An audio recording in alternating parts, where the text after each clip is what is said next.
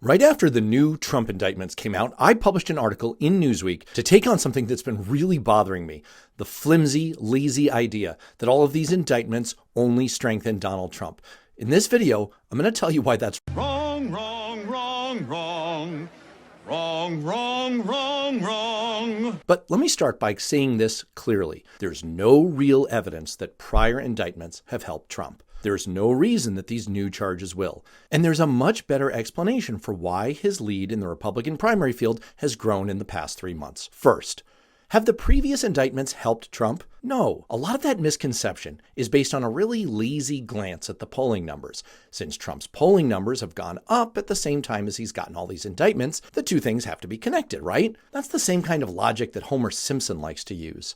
Not a bear in sight. The Bear Patrol must be working like a charm. That's specious reasoning, Dad. Thank you, honey.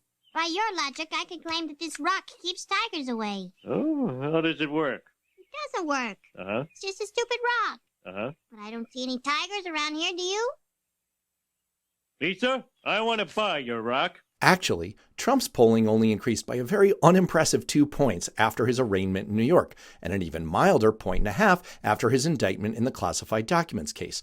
Both of those effects faded away shortly afterwards. We saw this exact kind of pattern after the FBI search of his home at Mar-a-Lago and during his first impeachment. Minor, short-term bumps. Second question, will these new indictments help Trump politically? No. If the previous indictments didn't help him, these probably won't either. Plus, the whole theory that Fox News people like to spout about why this all helps Trump is a lot of motivated reasoning by Republicans. They like to say that the indictments reinforce Trump's message, but haven't Republican voters been listening to Trump's poor me victim grievance shtick for years now? This is the single greatest witch hunt. The president calls it all, quote, a witch hunt. Reads and smells like a witch hunt. The entire thing has been a witch hunt. Is the new indictment really bringing him any Republican votes that he didn't have before, since he strenuously objects to these charges? I strenuously object? Is that how it works?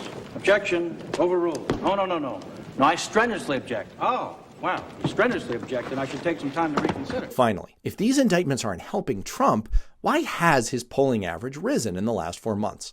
Well, there's a pretty obvious reason. It's because Ron DeSantis is one of the worst candidates in modern political history. As he's gotten more exposed in the national press, he's dropped half of his support. From March 10 through August 1, DeSantis went from 31.4% to 15.6%.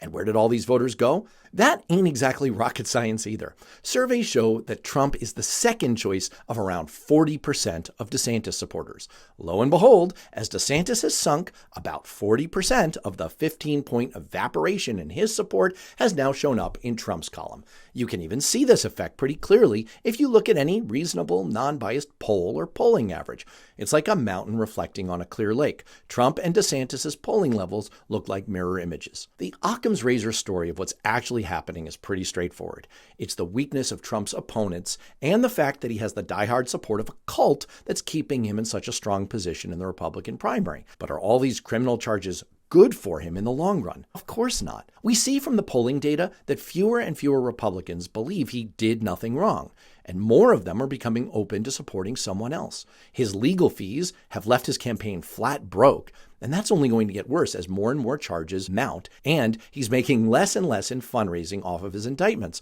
probably because Republicans are getting bone tired of being his personal legal piggy bank.